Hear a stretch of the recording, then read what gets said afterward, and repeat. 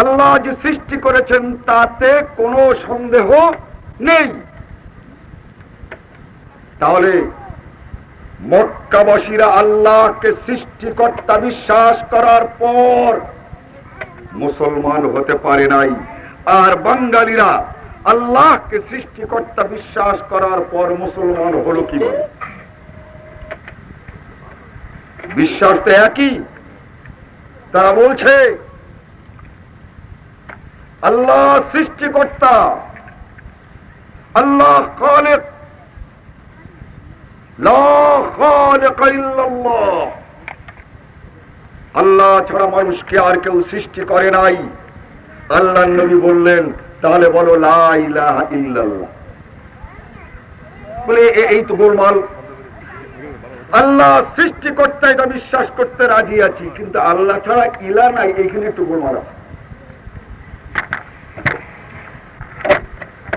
আল্লাহর নবীকে আল্লাহ তাআলা জিজ্ঞাসা করেন, বলে দান বলো কুল মান নাযালা মিনাস সামা,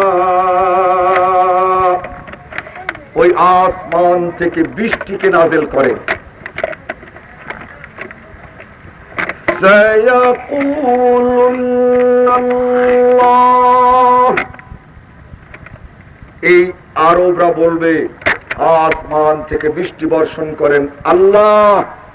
আমরাও কি তাই বিশ্বাস করি না অন্য কিছু বিশ্বাস করি? আমাদেরও তো বিশ্বাস আসমান থেকে বৃষ্টি বর্ষণ করেন আল্লাহ। তাহলে ওরা আল্লাহকে বৃষ্টির স্রষ্টা, বৃষ্টি বর্ষণকারী বিশ্বাস করার পর মক্কার কুরাইশরা মুসলমান হতে পারল না, আর বাংলাদেশের লোকেরা আমরা মুসলমান হলাম কি করে? আল্লাহর নবী মুহাম্মদুর রাসূলুল্লাহ সাল্লাল্লাহু আলাইহি ওয়াসাল্লাম যখন বলেছিলেন তাই যদি তোমাদের বিশ্বাস হয় আসমান থেকে বৃষ্টি আল্লাহ নাযিল করেন, তাহলে বলো কুল লা ইলাহা ইল্লাল্লাহ। বলে যে এইখানে সব বাদ দিয়ে একটা মাত্র ইল্লাহ থাকবে, এইখানে যেন কেমন কেমন লাগছে। কিন্তু বৃষ্টি যে এক আল্লাহ বর্ষণ করেন এতে কোনো সন্দেহ নাই, কিন্তু দুনিয়ার ভিতরে সমস্ত ইলাহগুলোকে বাদ দিয়ে আল্লাহই একমাত্র ইলাহ হবে, আর কেউ ইলাহ হবে না। যে মোহাম্মদ এখানে কিছু কনসিডার করো, এইটা একটু সংশোধন করো। বলেন নাউযুবিল্লাহি মিন যালিক। ঠিক এভাবে কোরআন মজিদের মধ্যে যথেষ্ট আয়াত রয়েছে, কেবলমাত্র একটি ইশারা এটা করার জন্যই বলছি যে এই আরবরা কিন্তু সব বিশ্বাস করত আল্লাহকে। আল্লাহর নবী বলেন ওদেরকে জিজ্ঞাসা করো কুল মান ইউহয়ী ওয়া ইউমীত, এই মানুষগুলোর মৃত্যু কে দেন? এই দুনিয়ার বুকে মানুষগুলোকে সুখ এবং স্বাচ্ছন্দ্যে জীবিত রাখেন কে? ওরা বলবে আল্লাহ। সবটাই তো আল্লাহ, কিন্তু এক জায়গায় শুধু পার্থক্য, এটা বলতে পারবো না যে লা ইলাহা ইল্লাল্লাহ। এইটাই। এখন বলেন তো লা ইলাহা ইল্লাল্লাহ কি? আল্লাহ ছাড়া যেমন কাউকে সৃষ্টিকর্তা বলে বিশ্বাস করব না, এর অর্থ লা ইলাহা ইল্লাল্লাহ। তেমনি আল্লাহ ছাড়া কাউকে পালন কর্তা বলে বিশ্বাস করব না, এর নামই হচ্ছে লা ইলাহা ইল্লাল্লাহ। আল্লাহ ছাড়া আর কারো হুকুম মানব না, ইনিল হুকমু ইল্লা লিল্লাহ, এর নাম হচ্ছে লা ইলাহা ইল্লাল্লাহ। চিন্তা ভাবনা করে দেখুন, আল্লাহ বললেন মেয়ে তোমার হয়েছে 8-9 বছর বয়স হয়ে গেছে, ইউদিনিনা আলাইহিন্না বিজালাবিবিহিন্না, এই মেয়েকে বোরকা করে দিতে হবে, বোরকা পরাতে হবে, বিনা বোরকার বাইরে নেওয়া যাবে না। বললেন ওয়াজ শুনে এসেছি, তুমি বড় হয়ে গেছো, তোমাকে এখন বোরকা পড়তে হবে। বলে আমি কেবলমাত্র ক্লাস 6-এ পড়ি, আমি বোরকা পড়তে পারবো না। আপনাদের দেশে বোধহয় এরকম বিয়ারা মেয়ে নেই, এরকমের বিয়ারা মেয়ে আপনাদের দেশে সম্ভবত একটাও নেই, না আছে? গোপন করছেন, বলতে চাইছেন না, এই তো। তাহলে আল্লাহ বলছেন পর্দা করো, আর মেয়ে পর্দা করতে চাইছে না, এখন আপনি করবেন কি? এখন আপনি যদি বলেন মেয়ে ছেলে মানুষ তাই করুক, তাহলে কি লা ইলাহা ইল্লাল্লাহ হলো? ইনিল হুকমু ইল্লা লিল্লাহ, আলা লাহুল খালকু ওয়াল আমর। এই নির্দেশ, এই নীতি, এই নিয়ম একমাত্র আল্লাহ। তো আল্লাহ যে নির্দেশ আর নীতি দিয়েছেন তা অমান্য করে লা ইলাহা ইল্লাল্লাহ 1000 বার জিকির করলে হবেটা কি? আল্লাহ নির্দেশ এই কোরআন মজিদের আয়াতগুলোকে অমান্য করলাম, অথচ বললাম লা ইলাহা ইল্লাল্লাহ। জিকির হতে পারে কিন্তু এটা ঈমান হলো না। লা ইলাহা ইল্লাল্লাহ বারবার বললে কি হয়? জিকির হয়। কিন্তু আল্লাহর হুকুম না মানলে আল্লাহ একমাত্র ইলাহ হন না। বাস্তবে তো তিনি ইলাহ, কিন্তু তাকে ইলাহ মানা হয় না। আল্লাহর হুকুম একদিকে, মেয়েটা বলছে একদিকে, তাহলে আপনি মেয়ের কথা মানলেন আর আল্লাহর কথা মানলেন না, এতে তো কোনো অসুবিধা নাই, আছে নাকি? তাহলে লা ইলাহা ইল্লাল্লাহ জিকির করা হয়েছে, লা ইলাহা ইল্লাল্লাহকে মানা হয়। এভাবে কোরআন মজিদের মধ্যে আল্লাহ রাব্বুল আলামিন যে হুকুমগুলো আমাদেরকে দিয়েছেন, সেই আল্লাহকে বিশ্বাস করার পর, সেই আল্লাহকে সৃষ্টিকর্তা বিশ্বাস করার পর, সেই আল্লাহকে পালনকর্তা বিশ্বাস করার পর, সেই আল্লাহর যাবতীয় গুণাবলীর পরে তিনি যে আমের, তিনি যে নির্দেশদাতা, এখানে বিশ্বাস করলে হক আদায় হবে না, আল্লাহর হুকুমও মানতে হবে।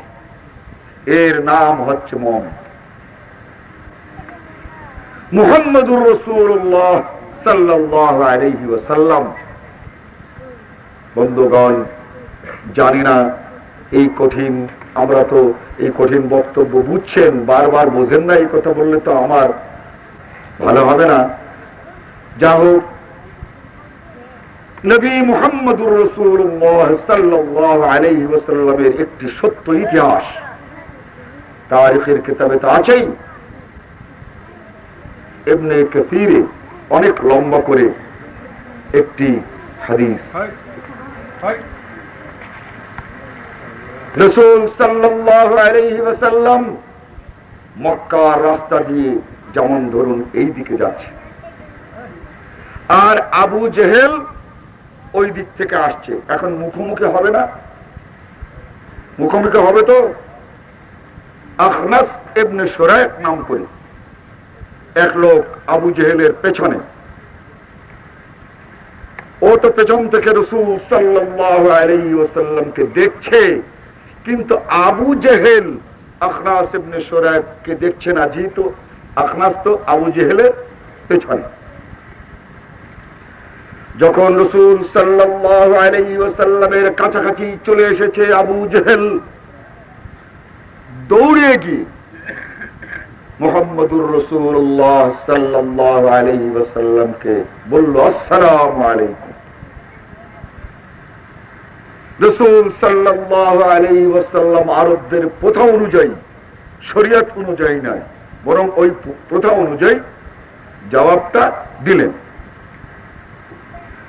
আবু জেহেল দৌড়িয়ে এসে রাসূল সাল্লাল্লাহু আলাইহি ওয়াসাল্লামের সঙ্গে মুসাফাহা করলেন। হাত তো বাড়িয়ে দিয়েছে, রাসূল সাল্লাল্লাহু আলাইহি ওয়াসাল্লাম মুসাফাহা করলেন। আখনাস ইবনে শুরাইক পেছন থেকে দেখে বলছে, বাহ, দিনভর গালাগালি আর দেখে দেখে প্রীত, দেখে দেখে প্রীত আর অসাক্ষাতে গালাগালি করে আমাদেরকে বিভ্রান্ত করছো। আবু জেহেলের রাগ হয়ে গেছে। সে বলছে, হে আখনাস, শুনে রাখো, ইন্নী লাআলামু এর কতগুলো তাকিদ আছে মাদ্রাসার ছেলেরা বুঝতে পারছে। ইন্নি লা আ'লামু, এরপরে আবার আছে আন্নাহু নবী। তো কয়টা ইন্না আর আন্না, আবার লা, এর অর্থ হচ্ছে এই, হে আখলাস, এই ব্যক্তি যে আল্লাহর নবী তাতে কোনো সন্দেহ নাই। কে বলছে? আবু জেহেল। তাহলে এই আবু জেহেল জানতো যে মুহাম্মদুর রাসূলুল্লাহ সাল্লাল্লাহু আলাইহি ওয়াসাল্লাম আল্লাহর নবী। বলুন তো করতো কি? এই জানতো আর মানতো, তাই তো না? জানতো এবং মানতো না। তাহলে শুধু নবীকে নবী হিসেবে জানলেই মুসলমান হওয়া যায় না, জানবার পর মানতে হয়। আবু জেহেল জানতো কিন্তু মানতো না। বন্ধুগণ, একটি রাসূলের মুজিজার কিতাব আছে, আবু নাঈম ইসফাহানির লিখিত। কিতাবের নাম দালাইলুন নবুওয়াহ। এই কিতাবের ভিতরে রাসূলের নবুয়তের অনেক দলিল, পারিপার্শ্বিক দলিল তাতে লেখা আছে। তো এই দালাইলুন নবুওয়ার মধ্যে হযরতে আলী রাদিয়াল্লাহু তাআলা আনহু কর্তৃক বর্ণিত একটি কাহিনী আরো আছে। হযরত আলী রাদিয়াল্লাহু তাআলা আনহু বলেন, আমি এবং ইবনে মাসউদ, যায়েদ ইবনে আরকাম রিজওয়ানুল্লাহ তাআলা আলাইহিম আজমাইন, মুহাম্মদুর রাসূলুল্লাহ সাল্লাল্লাহু আলাইহি ওয়াসাল্লামের সাথে মক্কা শহরের বাইরে গেলাম এবং ওইখান থেকে আসার পথে দেরি হয়ে গেল সন্ধ্যা। মুহাম্মদুর রাসূলুল্লাহ সাল্লাল্লাহু আলাইহি ওয়াসাল্লাম বললেন, মাগরিবের নামাজ আমাদের পড়ে নেওয়া উচিত। এভাবে রাসূল সাল্লাল্লাহু আলাইহি ওয়াসাল্লাম মাগরিবের পরে বাইরে থাকতেন না। আবু তালিব, যিনি রাসূল সাল্লাল্লাহু আলাইহি ওয়াসাল্লামের চাচা, তিনি দারুণ ভাবে চিন্তিত, গেল কোথায়? সন্ধ্যায় তো বাড়ির বাইরে সে থাকে না, তার শত্রুর অভাব নাই, কোথায় গেল? আবু তালিব বেরোলেন।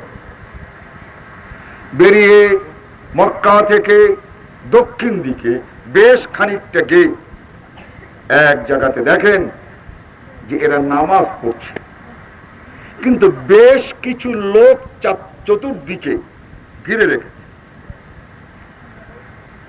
আবু তালেব গিয়ে দাঁড়ালেন। নামাজ যখন শেষ হলো, অন্যান্য লোকেরা যারা তখন মুসলমান ছিল না, তারা আবু তালেবকে বলল যে তোমার এই ভাতিজা ঘরের মধ্যে অনেক কিছু করত, টের আমরা পাই, কিন্তু প্রকাশ্য ময়দানে এইভাবে নামাজ পড়ার সুযোগ পাই নাই, যে নামাজের সঙ্গে আমাদের বাপ দাদার নামাজের মিল নাই। রাসূলের নামাজের সঙ্গে তো কাফেরদের নামাজের মিল ছিল না। অনেকে মনে করেন কাফেররা নামাজই পড়তো না, ঠিক নয়। মা কানা সালাতুহুম ইনদাল বাইতি ইল্লা মুকাআম ওয়া তাসবিহ, সূরা তাওবা। মুসলমানের নামাজ মুসলমানের মতো ছিল, আর কাফেররাও কিন্তু একটা নামাজ পড়তো এই বাইতুল্লাহ, অর্থাৎ এই মসজিদে হারাম। যাও, বলল যে তোমার ভাতিজা এই এক নতুন নামাজ ঘরের মধ্যে পড়তো, আমরা টের পেতাম। আজ কি হলো, এই নামাজ ঘরের ভিতর থেকে বাইরে এনে এই ময়দানেও পড়া শুরু করেছে। কালকে তো ঠেলাঠেলি শুরু হয়ে যাবে আমাদের সাথে। তুমি এই নামাজ বন্ধ করো, এই নামাজ বেঈমানদের নামাজ। বলুন নাউযুবিল্লাহ। হাযা সালাতু সাবিউন কাযযা, সাবি মানে বেঈমান, হাযা সালাতু সাবি, এই বেঈমানের নামাজ এইখানে পড়বে, এটা সহ্য হবে না। নাউযুবিল্লাহি মিন যালিক। যখন তার ভাতিজাকে তারই সামনে নাউযুবিল্লাহ বেঈমান বলেছে, মিথ্যাবাদী বলেছে, এখন চাচার একটু রাগ হয় না? না আপনাদের দেশের চাচাদের হয় না? হয়তো হয়। শক্ত হয়ে দাঁড়িয়ে তিনি বলছেন, হে মূর্খ শোন, ইন্নাদ দীনা দীনা মুহাম্মাদিন ওয়া হুয়া খায়রুল আদিয়ান মিন দীনিল বারিয়া। হে মূর্খ, এই পৃথিবীর বুকে যদি আল্লাহর দিন বলতে কোন দিন থাকে, ইন্নাদ দীন, যদি কোন দিন থাকে, সেই দিন হচ্ছে আমার ভাতিজার ওই দিন, এই মুহাম্মদের ওই দিন সাল্লাল্লাহু আলাইহি ওয়াসাল্লাম। ইন্নাদ দীনা দীনা মুহাম্মাদিন ওয়া খায়রুল আদিয়ান মিন দীনিল বারিয়া। বারিয়া মানে শ্রেষ্ঠ। এ পর্যন্ত আল্লাহ রাব্বুল আলামিন যত দিন এই দুনিয়ার বুকে অবতীর্ণ করেছেন, তার মধ্যে আমার এই ভাতিজার দিনের চেয়ে আল্লাহর দিন যতটা পাঠিয়েছেন, ওই আল্লাহর সকল দিনের মধ্যে আল্লাহর এই দিনটা, যে দিনটা আমার ভাতিজা প্রচার করে, এর চেয়ে ভালো দিন আর নাই, ভালো ধর্ম আর নাই। কে বলল? আবু তালেব। শুধু তাই না, সে স্পষ্ট করে আবার রাগ হয়ে বলল, এই যে কোরআন কালামুল্লাহ, এটা আল্লাহর কথা, ওর বানানোর কথা নয়।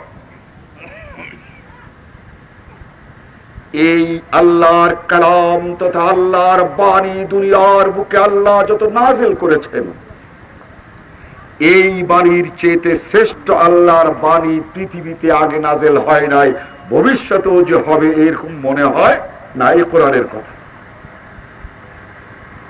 তাহলে এই আবু তালিব মুহাম্মদুর রাসূলুল্লাহ সাল্লাল্লাহু আলাইহি ওয়াসাল্লামকে, তার উপরে অবতীর্ণ কোরআন এবং হাদিসকে বুঝতেন না? বুঝতেন না? বুঝতেন।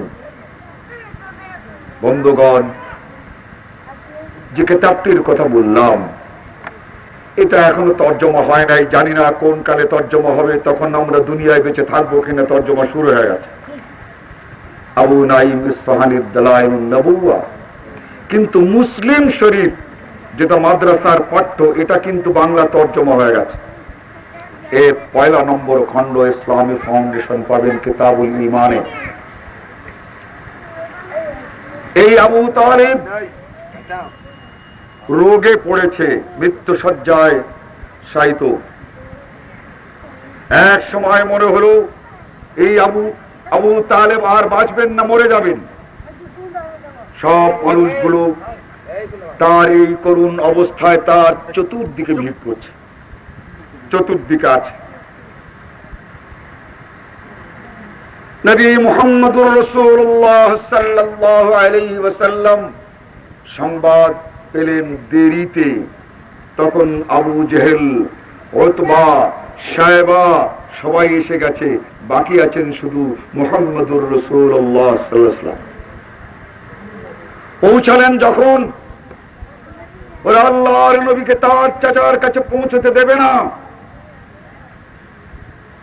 তবু রাসূল সাল্লাল্লাহু আলাইহি ওয়াসাল্লাম পৌঁছালেন আর বললেন, চাচা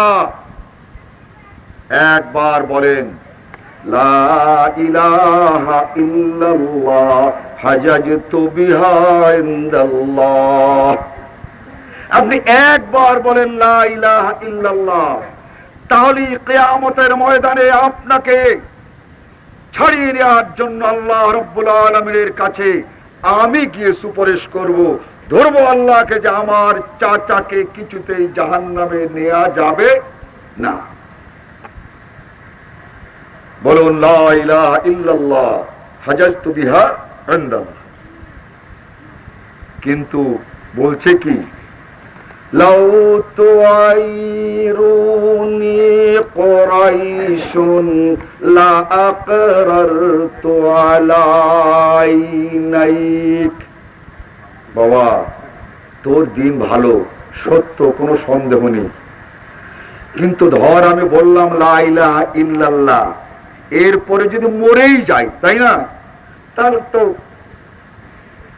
আর আমার মানুষের গালাগালি শুনতে হলো না, গালাগালি শুনবো না, মরে গেলে আর শুনবো কি। কিন্তু বাবা, লা ইলাহা ইল্লাল্লাহ বলার পর যদি বেঁচে যাই আর না মরি, তা রাস্তায় ঘাটে এই লোকগুলো বলবে বেঈমান, লাউ তুআইরুনি কুরাইশুন। ওই কুরাইশ যদি আয়রাত না দিত, আমাকে গালাগালি না করত, বাপ দাদার ধর্ম ছেড়ে দিয়েছি বলে আমার সমালোচনা না করত, তাহলে কিন্তু অবশ্যই বলতাম লা ইলাহা ইল্লাল্লাহ। কিন্তু বাবা, হায়াত মওতের কথা তো আল্লাহর কাছে বললাম, এখন সকলের সামনে লা ইলাহা ইল্লাল্লাহ। বেঁচে যদি থাকি, তাহলে এরা আমাকে যত কথা বলবে অত কথা সহ্য করার মতো ক্ষমতা আমার নাই। তাই বাবা বলতে পারছি না লা ইলাহা ইল্লাল্লাহ। কিন্তু লা ইলাহা ইল্লাল্লাহ যে ঠিক, এতে কোনো সন্দেহ নাই। বন্ধুগণ, তিনি যখন মারা গেলেন, রাসূল সাল্লাল্লাহু আলাইহি ওয়াসাল্লাম চিন্তিত, দুঃখিত। সাহাবাদের মধ্যে কেউ জিজ্ঞাসা করলেন, হে আল্লাহর নবী, আপনার চাচা ইন্তেকাল করেছেন, সহযোগিতা করেছেন, আপনার সাহায্য করেছেন ইসলামের, নিশ্চয়ই তিনি কবরে খুব ভালো অবস্থায় আছেন আর কিয়ামতের ময়দানে ভালো অবস্থায় থাকবেন। আপনাকে সাহায্য করেছেন, দ্বীন ইসলামের প্রচারে, প্রসারে, প্রতিষ্ঠায় সাহায্য করেছেন, নিশ্চয়ই তিনি কবরে ভালো অবস্থায় আছেন আর কিয়ামতের ময়দানে তো থাকবেনই ভালো অবস্থায়। আল্লাহ রাসূল উত্তর দিয়েছিলেন, না রে না, ওয়া হুয়া, অর্থাৎ ওই আমার চাচা, মুতানাইলুম বিনালাইন। নাল বলা হয় আরবিতে জুতো, স্যান্ডেল। সে পরা থাকবে কিয়ামতের ময়দানে এক জোড়া জুতো, মিনান্নার, আগুনের জুতো তার পায়ে পরা থাকবে। ইউগলি মিনহা দিমাগু, ওর গরমে মাথার এই ঘিলুগুলো টকবক করে ফুটতে থাকবে।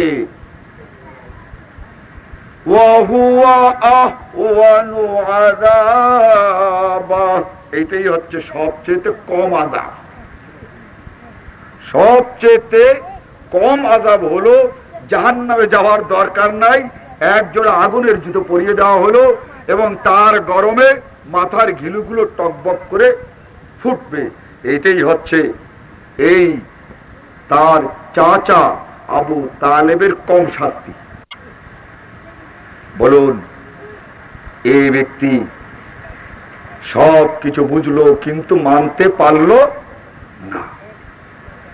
তাহলে মুসলমান তাকে বলে যে ব্যক্তি জানে এবং মানে, আর যে ব্যক্তি জানে আর মানে না সে হচ্ছে আবু জেহেল, জানে এবং মানে না।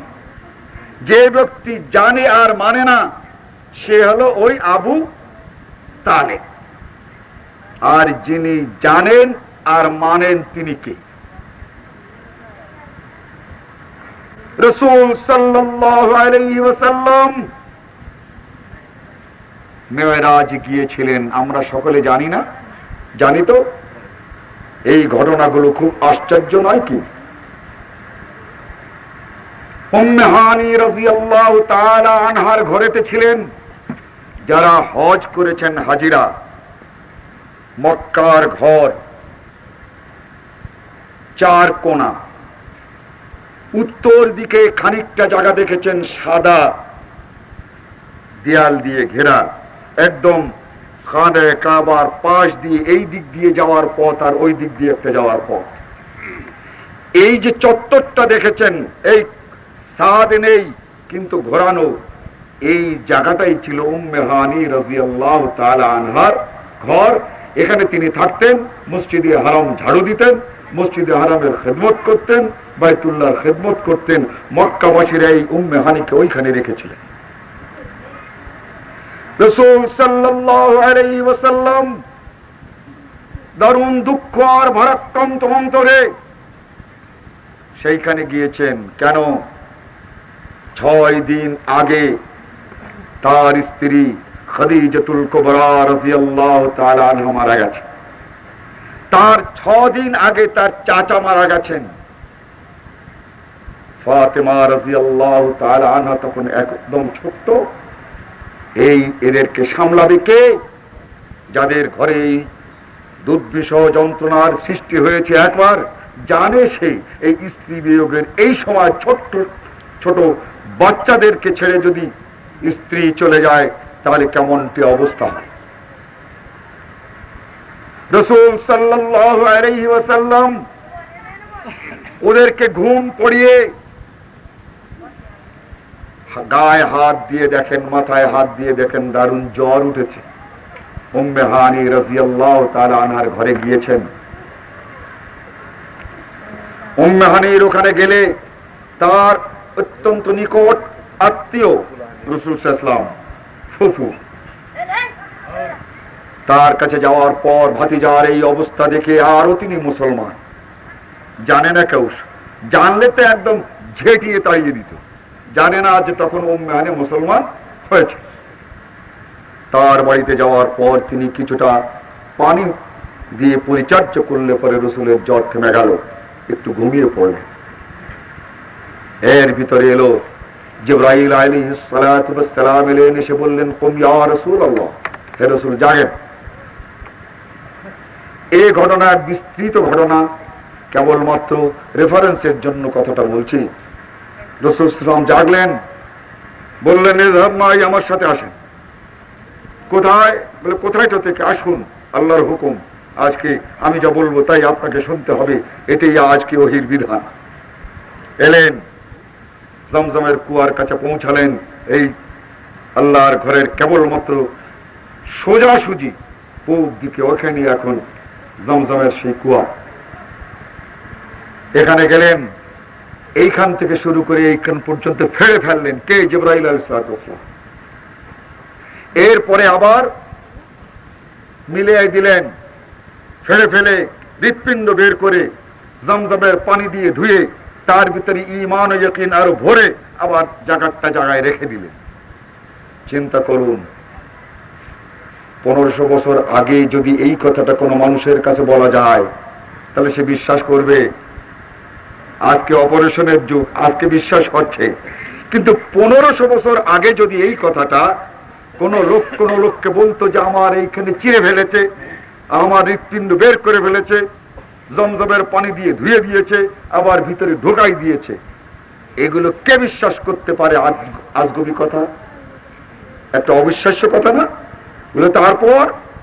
তারপর আবার কি পেলাম? একটি জানোয়ার, বোরাক, ইসমুহু বোরাক, উঠলাম তাতে, চলে গেলাম একদম বাইতুল মুকাদ্দাস। বলে, বলো বলো, আরো বলো, কি ব্যাপার? এক রাত্রেই? আরে এক রাত্রে কেন? সুবহানাল্লাযী আসরা বিআবদিহি লাইলাম মিনাল মাসজিদিল হারাম ইলাল মাসজিদিল আকসাল্লাতী বারাকনা হাওলাহু লিনুরিয়াহু মিন আয়াতিনা ইন্নাহু হুয়াস সামিউল বাসীর। আরে এক রাত নয়, ভোর রাতের খানিকটা সময় আমি বাইতুল মুকাদ্দাস চলে গেলাম। তারপর বাইতুল মুকাদ্দাসের ঘরের উপরে উঠলাম। বলে, তারপর ওইখান থেকে সিঁড়ি হয়ে গেল, সেই সিঁড়িতে আমি পয়লা আসমান, আবার সিঁড়ি দিয়ে দোসরা আসমান, এইভাবে সপ্তম আসমান সফর করলাম। দেখলাম আমি সেখানে অনেক কিছু, জান্নাতুল মাওয়া, জান্নাত দেখলাম। সেখানে আরো অনেক কিছু দেখলাম। ওই কথা বাড়লে বাড়াও, আবার ফিরে আসলাম, মক্কায় ফিরে আসলাম। এখন দুইজন আবু, আবু কিন্তু এবারে দুজন। এক আবু বলছে, আরে তুমি বলতে থাকো, আমি একটু আসি, খবরদার বলা বন্ধ করো না। তো রাসূল সাল্লাল্লাহু আলাইহি ওয়াসাল্লাম কি তার কথাই বলবেন, না নিজে এই মেরাজের কথা বলে ইসলামের দাওয়াত দিবেন? দেখছেন আর এক আবুর বাড়ি থেকে বলছে, আবু মিয়া, বলে কি? বলে শোনো। বেরিয়েছে, বলছে তোমার দোস্ত, তোমার বন্ধু আর তোমার রাসূল মুহাম্মদ সাল্লাল্লাহু আলাইহি ওয়াসাল্লাম আজকে এমন কিছু কথা বলছেন, আগের গুলো কথা ঠিক ছিল, মানি নাই, অন্য কথা, কিন্তু আজকে যা বলছেন এ কোনো মানার মতো কথা না। মাথাটা একেবারে খারাপ হয়ে গেছে, ভালো করে ওষুধপত্র করো, নতুবা তোমার এই বন্ধু কিন্তু রাস্তায় পড়ে মরবে। বলে আচ্ছা চলো দেখি। বলছে বলো। আমার বন্ধু মুহাম্মদুর রাসূলুল্লাহ সাল্লাল্লাহু আলাইহি ওয়াসাল্লাম বলেছেন। এই আবু বলে যে হ্যাঁ বলেছেন। আবার বলেন, তুমি কসম করে বলো আমার নবী মুহাম্মদুর রাসূলুল্লাহ সাল্লাল্লাহু আলাইহি ওয়াসাল্লাম বলেছেন? এই আবু বলল যে হ্যাঁ বলেছেন। এরকম তিনবার বলল। হযরতে আবু বকর সিদ্দিক যার কাছে বলল তিনি কে? আবু বকর, আবু না, আবু বকর সিদ্দিক। রাসূল সাল্লাল্লাহু আলাইহি ওয়াসাল্লাম পুরো মজমায় দাঁড়িয়ে বলছেন, একদম মাঝখানে, ওখানে দাঁড়িয়ে বলছেন, ইয়া রাসূলুল্লাহ, আমার কিছু প্রশ্ন আছে, এর উত্তর দিন। রাসূল সাল্লাল্লাহু আলাইহি ওয়াসাল্লাম বলে, ঠিক আছে তুমি দাঁড়িয়ে বলো। কানে কানে না, আগে যদি কিছু কানে কানে বলে দিত, তারপরে যদি কিছু বলতেন তো বলতো না যে কানে কানে কথা হওয়ার পরে বলছে। ওই দূরে দাঁড়িয়ে বলছেন, শুনলাম যে আপনি বাইতুল মুকাদ্দাস গিয়েছেন, এই ঘটনা আপনার? তিনি বললেন হ্যাঁ তাই। বলছে ওতবা, বলে আছি। শুনছো তো? বলে হ্যাঁ শুনছি। ওতবা, তুমি আর আমি বাইতুল মুকাদ্দাসে একবার গিয়েছিলাম, মনে পড়ে তো? বলে হ্যাঁ তাই তো। আচ্ছা মনে পড়ে, তুমি আর আমি যে বছর বাইতুল মুকাদ্দাস গেলাম, আমরা একটা কাজ করেছিলাম, মনে পড়ছে তো? বলে হ্যাঁ। আচ্ছা আমার নবী মুহাম্মদুর রাসূলুল্লাহ সাল্লাল্লাহু আলাইহি ওয়াসাল্লাম যে বাইতুল মুকাদ্দাস গিয়েছেন, একথা বিশ্বাস করো? অসম্ভব, না না, কোনদিন বাইতুল মুকাদ্দাস যায়নি। বলছে সাহেবা চুপ করো, ইয়া রাসূলুল্লাহ বলুন বাইতুল মুকাদ্দাসের দরজা কয়টা? বুঝলেন, যে যায়নি, যে দরজা গোনেনি, দেখেনি, তার জন্য বলা সম্ভব না অসম্ভব? অসম্ভব না। আল্লাহর নবী মুহাম্মদুর রাসূলুল্লাহ সাল্লাল্লাহু আলাইহি ওয়াসাল্লাম জবাব দিলেন সহিহ। এখন বলে সাহেবা কি যে করি, কি যে করি, কি যে করি, মানে যে কথা তো ঠিকই আছে, তো এই না তুমি বললে যে আমার নবী বাইতুল মুকাদ্দাস যাননি, তো কথা ঠিক হলো কি করে? বলে যে দেখো কি যে করি, কি যে করি তার মানে বুঝতে পেরেছেন? যদি স্বীকার করি যে আল্লাহর নবীর কথা, তিনি যে কয়টা দরজার কথা বলেছেন সেই কয়টাই আছে, তাহলে প্রমাণ হয় আমার নবী বাইতুল মুকাদ্দাসে গিয়েছেন, তাই না? এখন যদি বিশ্বাস করি এই নবী বাইতুল মুকাদ্দাস যেতে পারে, তাহলে তো নবী বলে মুসলমান হয়ে গেলাম, থাকলো কি আর বাপ দাদার ধর্ম? তাহলে তো মুসলমান হয়ে যাচ্ছি, তাহলে আর বাপ দাদার ধর্ম থাকলো কি? বলছে ও তোমার কি ব্যাপার, তুমি আর আমি বাইতুল মুকাদ্দাস গিয়েছিলাম? বলে হ্যাঁ। তুমি আর আমি একটা কাজ করেছিলাম, মনে আছে? মনে কি এখন আর না হয়? সবই তো মনে হচ্ছে, তাই না সবার? বলে হ্যাঁ। বলছে আচ্ছা তোমাকে বলতে হবে না, বাইতুল মুকাদ্দাস ওই সময় এক গম্বুজ বলা ছিল, একটা গম্বুজ। তো গম্বুজের রং টং দেখেন না, ওই লম্বা লম্বা রং ওই শেষ পর্যন্ত আছে, আগের দিনের ছিল যে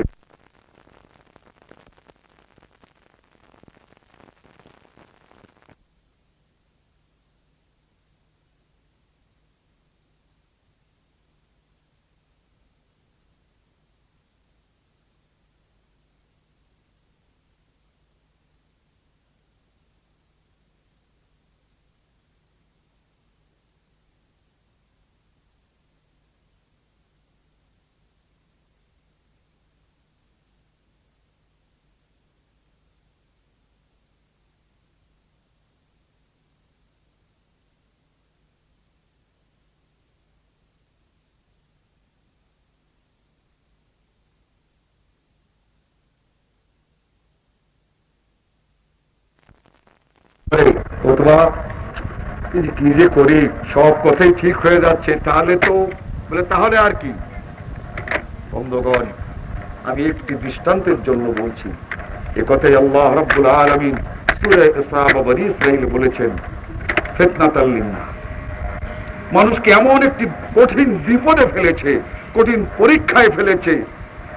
ঠিক বললে মুসলমান হতে হয়, বেঠিক বললে নিজেকে মিথ্যাবাদী হতে হয়। দেখেন কি কায়দা। যদি উতবা বলে যে না, যে কয়টা তুমি আর আমি গুনেছিলাম সেই কয়টার চেয়ে তোমার নবীর দুটো বেশি হয়েছে, তাহলে বিপদ।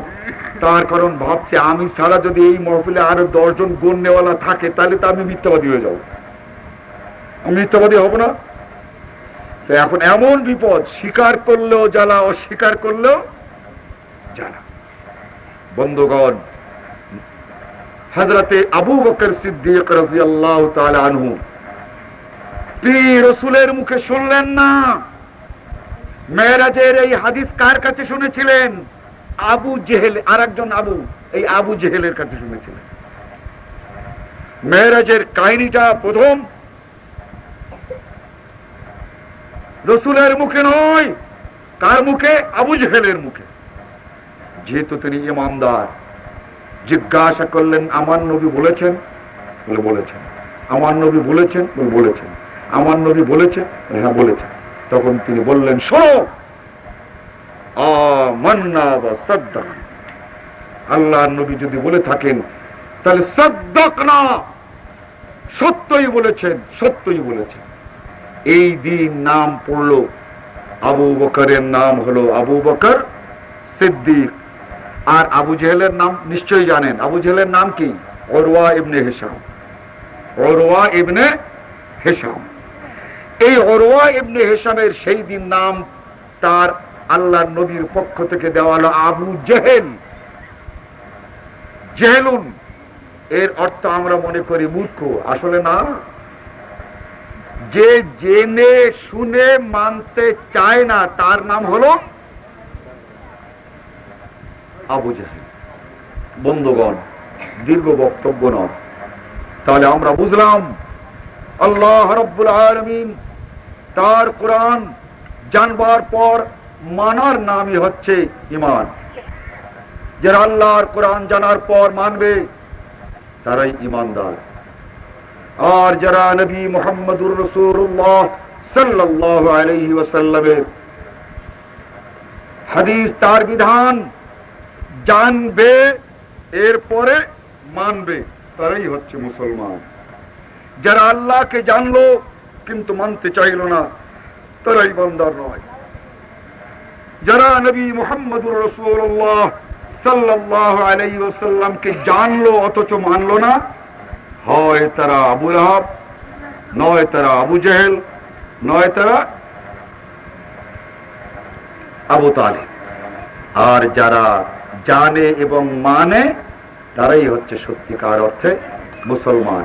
এই মুসলমান তাদের কি বলা হয়? যারা কেবলমাত্র আল্লাহর কোরআন আর নবী মুহাম্মদুর রাসূলুল্লাহ সাল্লাল্লাহু আলাইহি ওয়াসাল্লামকে মেনে চলে। এখন একটি যন্ত্রণা আমাদের এই সমাজে আছে, এই একটি দিক বলেই আমি আমার বক্তব্য শেষ করব। তার কারণ প্রতি রাত্রেই কিছু না কিছু বলতে হচ্ছে, গলার অবস্থা খুব বেশি একটা ভালো না। এটা হচ্ছে এই যে আল্লাহর কোরআন, তার মধ্যে একদল লোক আয়াত ঢুকাবার চেষ্টা করেছে।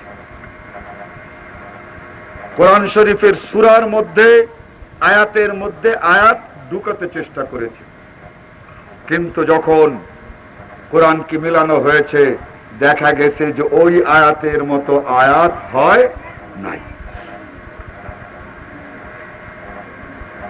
ওরা দেখেছে যে কোরআনের আয়াত বানানো যাবে না, যেহেতু এটা আল্লাহর বানানো। অতএব আল্লাহর বানানো কোরআনের আয়াতের সঙ্গে মানুষের বানানো আয়াতের মিল হবে না। তাহলে এক কাজ করো, আয়াত বানানো যাবে না কিন্তু তাফসীর বানানো যাবে। আয়াত, কোরআনের আয়াত বানানো যাবে না কিন্তু মন মতো তফসির করা যাবে, তফসির বানাতে শুরু করে। বন্ধুগণ, এই তফসির বানাতে শুরু হলো আমাদের ভারতবর্ষে একটা তফসির, যেটা আপনারা বুঝবেন ভালো বলেই বুঝি। মা কানা মুহাম্মাদুন আবা আহাদিন মির রিজালিকুম ওয়ালাকিন রাসূলুল্লাহ ওয়া খাতামান নাবিয়্যিন। মুহাম্মদ সাল্লাল্লাহু আলাইহি ওয়াসাল্লাম খাতামান নবী, নবীদের খাতম। খাতম মানে কি? দেখুন, খাতম মানে একটা হচ্ছে শেষ আর একটা হচ্ছে শ্রেষ্ঠ। খাতম এর একটা অর্থ শেষ আর একটা অর্থ শ্রেষ্ঠ। খাতামুল কওম এর অর্থ হচ্ছে আফযালুহুম। আবার খাতাম মানে হচ্ছে শেষ। তাহলে শব্দের অর্থ কয়টা হলো? দুটা। বাংলায় আছে না, পড়া বোঝেন তো? পড়া, বই পড়া। আর বই পড়া একটা পড়া আছে নিশ্চয়ই। আর আপনাদের দেশে কি ঘুম পড়া বলে? ঘুম পড়া। তো বই পড়তে চোখ খুলে পড়তে হয়, আর ঘুম পড়তে কিভাবে পড়তে হয়? চোখ বুঝতে হয়। তাই কি পড়া, বই পড়া আর ঘুম পড়া এক পড়া? হ্যাঁ, ধরা আছে না ধরা? মনে করেন ভুল ধরা আর মাছ ধরা এক তো? ভুল ধরা আর মাছ ধরা আপনাদের দেশে এক নাকি? ওহো, তাহলে ভুলও ধরা আর মাছও ধরা, যাগ্গে। তাহলে এই যে ধরা, তাহলে মাথা ধরা আর চোর ধরা বোধহয় এক। ধরা তো, মাথা ধরা আর চোর ধরা। তাহলে অর্থের প্রয়োগ, এটা আরবিতে বলা হয় সিলা। এই অর্থের অর্থ গ্রহণ করা হয় সিলা, একটা বিশেষ পারিপার্শ্বিকতা এবং তার আগে পাছের বিশেষ অবস্থা ভেদে। যা হোক, তাহলে খাতম মানে কি? শ্রেষ্ঠ এবং শেষ। এই কাদিয়ানীরা বলছে মা কানা মুহাম্মাদুন আবা আহাদিন মির রিজালিকুম ওয়ালাকিন রাসূলুল্লাহ ওয়া খাতামান নাবিয়্যিন। খাতামান নাবিয়্যিন অর্থ হচ্ছে নবী শেষ নবী নন, ইনি হচ্ছেন নবীদের শ্রেষ্ঠ নবী। বলেন নাউযুবিল্লাহ। ওরা বলছে খাতামান নাবিয়্যিন অর্থ এই নবী হলেন শ্রেষ্ঠ নবী, এর চেয়ে নিকৃষ্ট নবী আরো আসতে পারবে। নাউযুবিল্লাহ, নাউযুবিল্লাহ। গোলাম আহমদ ওই নিকৃষ্ট নবীর একজন। একটা অর্থ হলো না? দেখলেন কি সুন্দর অর্থ হলো। এখন আমরা কি এই অর্থটি গ্রহণ করব? মুসলিম, আবু দাউদ, বাব যাহাবুন নবুওয়া, ইন্নার রিসালাতা ওয়ান নুবুওয়াতা ইনকাতাআত ফালা রাসূলুম বাদি ওয়ালা নবী আনা খাতিমুন নবী। হে দুনিয়ার মানুষ, জেনে রাখো, রিসালাত অর্থাৎ আমার পরে দুনিয়ায় কেউ রসুল আসবে না। খাতামুন নবিয়্যিনের অর্থ এই। ওয়ান নুবুওয়াতা ইনকাতাআত, আমার পরে আর কেউ নবী আসবে না, এর অর্থ খাতামুন নবিয়্যিনের অর্থ তাই। আনা খাতিমুন নবিয়্যিন। তো রসুল এই খাতম শব্দের অর্থ কি করলেন? শেষ। আর গোলাম মোহাম্মদ কাদিয়ানী করলো শ্রেষ্ঠ। বলুন, এই দুইটা অর্থের আমাদের গ্রহণ করতে হবে কি আল্লাহর নবীর অর্থ না ওই কাদিয়ানির অর্থ? শব্দ কিন্তু একটা। এভাবে প্রত্যেকটি ভাষায় 1, 2, 3 রকমের অর্থ একটা শব্দের থাকতে পারে।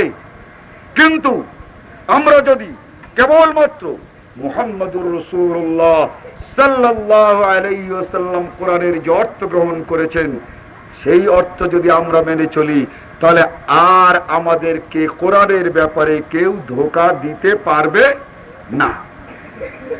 রসুলের অর্থ আর তাফসীর বাদ দিয়ে যদি দুনিয়ার মানুষের কথা আমরা গ্রহণ করি, তো এক হুজুর এক এক রকমের বলবেন, এই হুজুর এক রকমের, ওই হুজুর এক রকমের, ওই হুজুর এক রকমের, এই হুজুর এক রকমের, কত হুজুরের কথা শুনবেন। কিন্তু যদি বলেন সব হুজুর আপনারা ঠিক, যেহেতু কোরআন হাদিস জানেন আমরা জানি না, এই আয়াতের আল্লাহর নবী কি অর্থ করেছেন তাই করুন, তাহলে কিন্তু সকলের কাছে এক কথা পাবেন।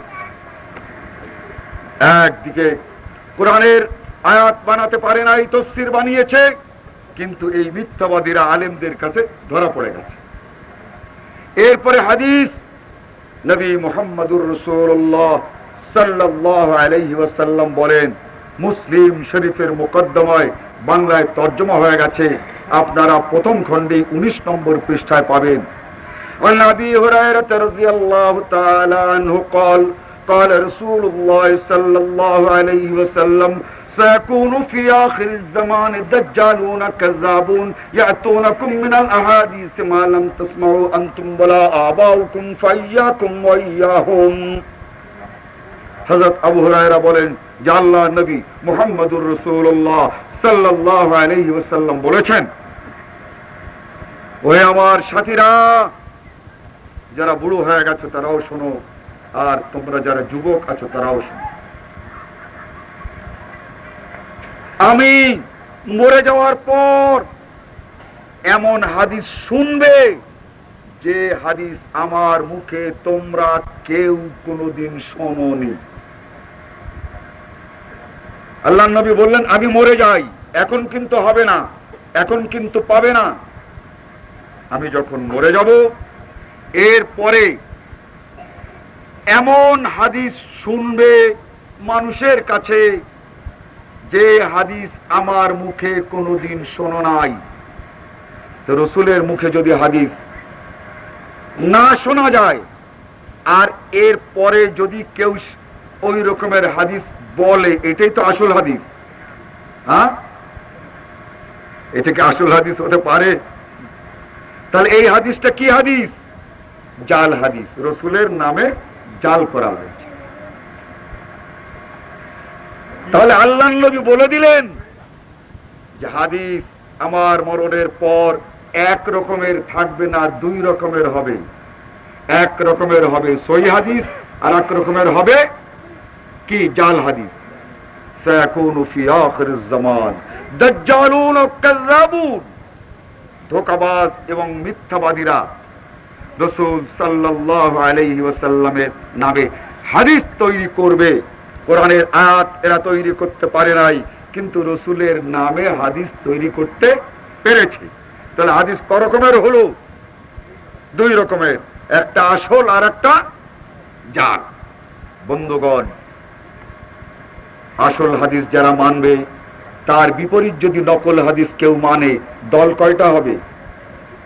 একটা হবে না দুটো হবে? এক দল আসল হাদিস মানার দল, আর এক দল নকল হাদিস মানার দল। কয় দল হলো? দুই দল হবে না? কমপক্ষে হবে তো। আসল হাদিস ওয়ালারা বলবে আমরা যা বলি এটাই ঠিক, আর নকল হাদিস ওয়ালারা বলবে আমরা যা বলেছি এটাই ঠিক। বলবে না? কার্যা হবে তো। কিন্তু ধরা পড়ে যাবে কোথায়? এই মৌলানা সাহেবের কাছে আসলে কিরকম বল যায়, ভাই বলেন তো, বলে এই পেয়েছেন কোথায়? পেয়েছি মানে আমি একটা কেতাবে পেয়েছি। বলে নিয়ে আসো কেতাব। বলে দিল, এই তো কেতাব। বলে এটাকে হাদিসের কেতাব হলো? বলে হুজুর হাদিসের হোক না কেতাব তো, হাদিসের না হোক, এটা কেতাব তো। বলে বেওকুফ কোথাকার, এটাকে হাদিসের কেতাব? হ্যাঁ, মিথ্যা কোথাকার কেতাব দিয়ে আসছিস। ফয়সালা হয়ে যাবে না নাকি হবে না? হবে। বলে তোমার এই হাদিস যতই লম্বা লম্বা করে বলো, এটা হাদিস না, যাও খবরদার এই হাদিস বলবে না। আবার যদি একজন বলে, দুইজনে ঝগড়া লাগলো, হুজুর মীমাংসা করে দেন। তিনি দেখলেন সত্যি এই হাদিসটা বুখারী শরীফে আছে, এই হাদিসটা মুসলিম শরীফে আছে, এই হাদিসটি সহিহ, মীমাংসা হয়ে যাবে না? এখন ঝগড়া যদি আপনারা করেন, ঝগড়ার মীমাংসা হবে না। فَإِن تَنَازَعْتُمْ فِي شَيْءٍ فَرُدُّوهُ إِلَى اللَّهِ وَالرَّسُولِ إِن কুনতুম তুমিনুনা বিল্লাহি ওয়াল ইয়াউমিল আখির যালিকা খায়রান ওয়া আহসানু তা'ওয়িলা।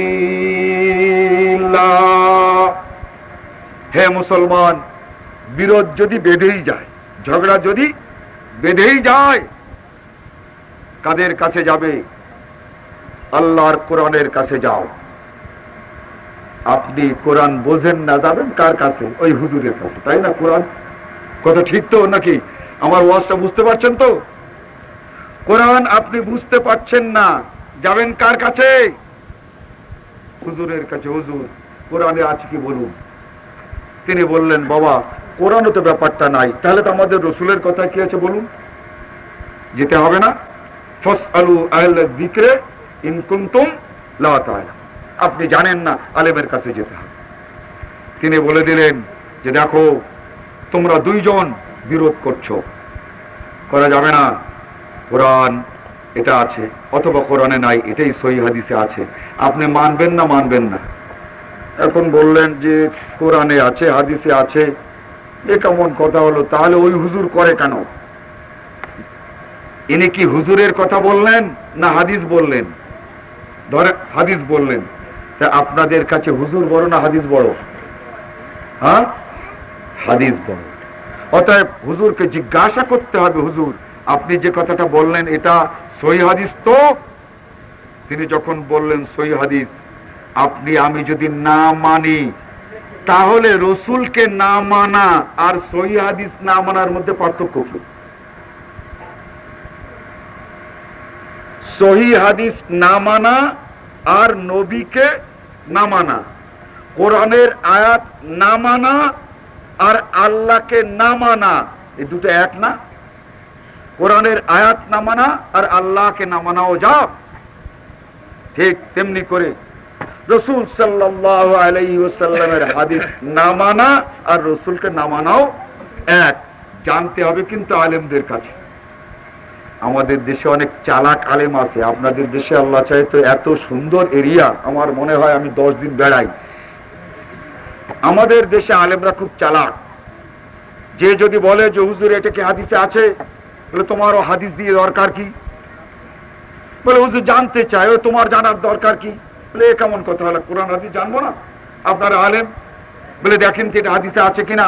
বলে হাদিসে না থাকলে তোমার কি? আপনাদের দেশে হয়তো কথা বলে না। বন্ধুগণ, সোজা কথা এই, আলেম ওলামা যারা দেশের আছেন তাদের কাছে গিয়ে কোরআন হাদিস জানতে হবে। কিন্তু একটা কথা আছে, সূরা নাহল, ফাসআলু আহলা যিকরি ইন কুনতুম লা তা'লামুনা বিল বায়িনাত। ওই আলেমকে মানতে হবে, কিন্তু আলেমকে বিনা দলিলে মানা যাবে না। ফাসআলু আহলা যিকরি ইন কুনতুম লা তা'লামুনা বিল বায়িনাতি ওয়াজ যুবুর। হে মুসলমান, তোমাদেরকে বললাম, জানো না, যারা নায়েব রাসূল আলেম তাদের কাছে জিজ্ঞাসা করো বিল বায়িনাত।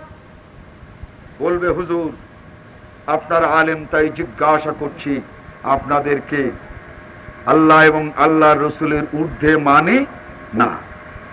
যদি আমাদের এই সমস্যার সমাধান কোরআনে থাকে, বলুন কত নম্বর সূরার কত নম্বর আয়াত, তাই বলুন। হাদিসে যদি থাকে, সহিহ হাদিসের কোথায় আছে তাই বলুন। এভাবে আলেমদের কাছে জিজ্ঞাসা করবেন এবং মানবেন। এতে দেখবেন যে আহলে হাদিসদের সঙ্গে আর আপনাদের কোনো পার্থক্য থাকবে না। আর যদি মনে করেন যে হুজুরদের কাছে জিজ্ঞাসা করব না, আলেমদের কাছে জিজ্ঞাসা করব না, যেমন বাপ দাদারা করেছিলেন তেমন মানব, তাহলে কিছু একটু গোলমাল হবে। গোলমাল মুসলমানে মুসলমানে হতে পারে না। আমি দুনিয়ার কোনো পীরকে বলিনি, আপনাদের দেশের সর্বশ্রেষ্ঠ আলেম আমি শুনেছি। শুধু এতটুকু আমি অনুরোধ করছি যে যে কোনো কাজ যখন করতে যাইবেন তখন এই আলেমটির কাছে জিজ্ঞাসা করুন, এই বলে ফাসআলু আহলা যিকরি ইন কুনতুম লা তা'লামুনা বিল বাজ্জিনা। আপনি আমাদের এই অঞ্চলের বড় আলেম, আমরা আপনার কাছে কোরআনের কথা জানতে চাই, আপনার কাছে সহিহ হাদিসের কথা জানতে চাই। তবে হুজুর একটু কথা আছে, আপনি যদি বুখারী শরীফ থেকে হাদিস বলেন, বুখারী শরীফের কিন্তু বাংলা তর্জমা হয়ে গেছে, আপনার কথা কিন্তু এই হাদিসের সাথে মিলতে হবে। ফাউন্ডেশন থেকে বুখারী শরীফের তর্জমা হয়েছে, হুজুর আপনার কথা যদি ওই হাদিসের সঙ্গে মিল না হয়, তাহলে হয় ফাউন্ডেশনে গিয়ে এই বুখারী শরীফের তর্জমা ঠিক করতে হবে, আর নতুবা বলতে হবে যে হয় আপনি ঠিক, নতুবা মৌলানা ওবায়দুল হক সাহেব ঠিক। হবে না? এক হাদিসের যদি তর্জমা দুই রকমের হয়, তা দুটাই ঠিক হবে না একটা ঠিক হবে? হ্যাঁ, আবার এই আলেমের কাছে আসবেন, বলবেন যে হুজুর মুসলিম শরীফের বাংলা তর্জমা হয়ে গেছে, আবল তাবল বলে সারা যাবে না। আবু দাউদের বাংলা তর্জমা কিতাবগুলো আছে তোমাদের কাছে? হ্যাঁ, শুধু দেখা ওনাদেরকে, এখন তার শুধু আবু দাউদের বাংলা তর্জমা হয়ে গেছে, মাদ্রাসার পাঠ্য। ঠিক এমনি করে তিরমিজির বাংলা তর্জমা হয়ে গেছে। ইনশাআল্লাহুর রহমান আগামী রমজানে আপনারা ইবনে মাজাহ ও নাসাইর তর্জমা পাবেন। তো এই যে তর্জমা আছে, এখন যদি আমি একটা উল্টো তর্জমা বলি, ধরা পড়ে যাব না? পড়বো কি পড়বো না? শুনে রাখুন, অত্যন্ত সুখের কথা, এই বাংলাদেশে বুখারী শরীফের বর্তমানে 6টি সংস্থা এই বুখারী শরীফের তর্জমা করেছে, 6টি সংস্থা মুসলিম শরীফের তর্জমা করেছে। তাহলে কোন হুজুর বেশি কথা বলে কেউ সেরে যেতে পারছে না। এভাবে আমরা আলেমদের কাছে জিজ্ঞাসা করব, নিজেদের খাম খেলি না করে আলেমদের কাছে, আঞ্চলিক বড় আলেমের কাছে জিজ্ঞাসা করব এবং তার কাছে বলবো, আমি শুনে অত্যন্ত আনন্দিত হয়েছি যে মৌলানা মুহতারাম একটি আলিয়া মাদ্রাসার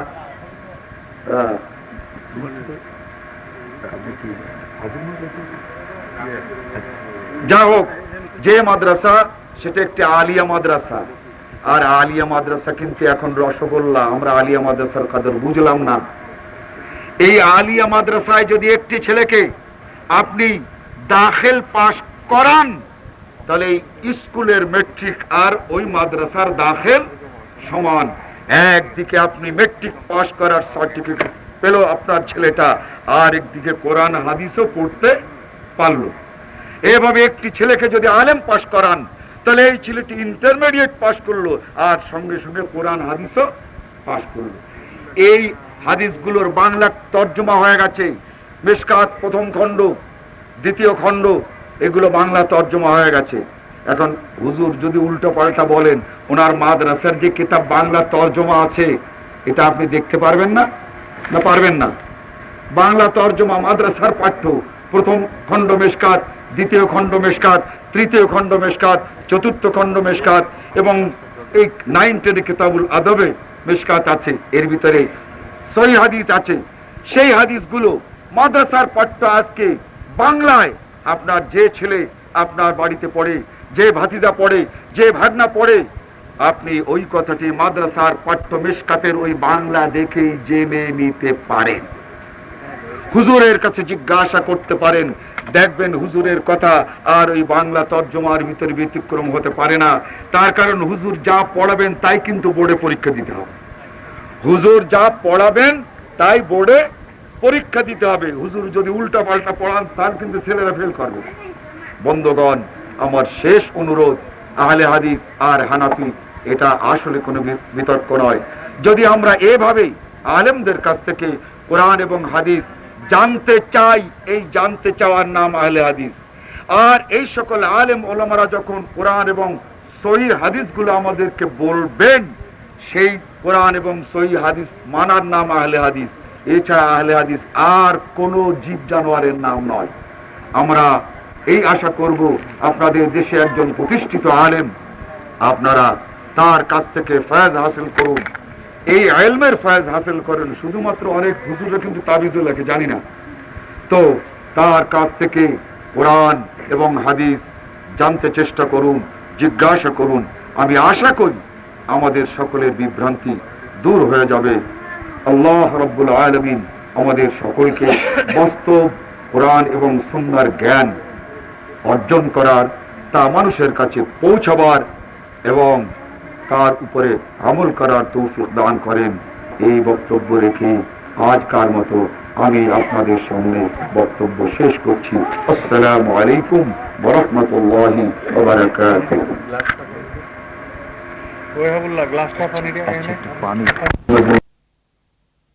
وعلى آل محمد كما صليت على إبراهيم وعلى آل إبراهيم إنك حميد مجيد. اللهم بارك على محمد وعلى آل محمد كما باركت على إبراهيم وعلى آل إبراهيم إنك حميد مجيد.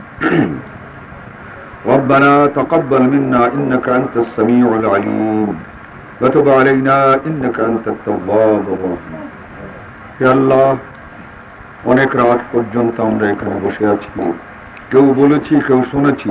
হে আল্লাহ, এর সকল ভালো কথাগুলো আমাদের মনে রাখবার তৌফিক দাও।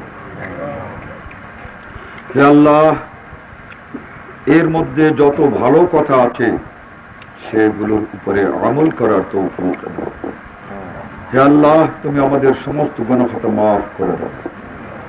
হে আল্লাহ, আমাদের যারা মরে গেছেন, আল্লাহ তাদের কবরকে তুমি ফুলের বাগিচায় পরিণত করে দাও। হে আল্লাহ, তাদের কবরকে রওজাতুম মিন রিয়াজিল জান্নাহ বানিয়ে দাও। হে আল্লাহ, হে আল্লাহ, তুমি আমাদের সকল গুনাহকে মাফ করে দাও। হে আল্লাহ, আমাদের যুবকদের চরিত্র ভালো করে দাও। হে আল্লাহ, আমাদের ছেলেদের চরিত্র ভালো করে দাও। হে আল্লাহ, আমাদের বড়দের চরিত্র ভালো করে দাও। হে আল্লাহ, আলেম ওলামাদের স্বাস্থ্য এবং তাদের বিবেক সুন্দর করে দাও। হে আল্লাহ, এলাকার সকল মানুষের, হে আল্লাহ, সকল নারী পুরুষ নির্বিশেষে সকলের স্বাস্থ্য সুন্দর করে দাও। হে আল্লাহ, হে আল্লাহ, সকলকে তুমি ঈমানের দিকে ধাবিত করে দাও। হে আল্লাহ, কোরআন এবং সুন্নাহ আমরা মেনে চলতে পারি সেই তৌফিক দাও। হে আল্লাহ, হজের সময় আসছে, হে আল্লাহ, তোমার ঘর দেখবার জন্য যাদের অর্থ দিয়েছো, টাকা পয়সা দিয়েছো, তারা হজ করতে পারে সেই তৌফিক দাও। হে আল্লাহ, হে আল্লাহ, তুমি আমাদের সমস্ত গুনাহ মাফ করে দাও। ربنا تقبل منا إنك أنت السميع العليم وتب علينا إنك أنت التواب الرحيم. آمين برحمتك يا أرحم الراحمين.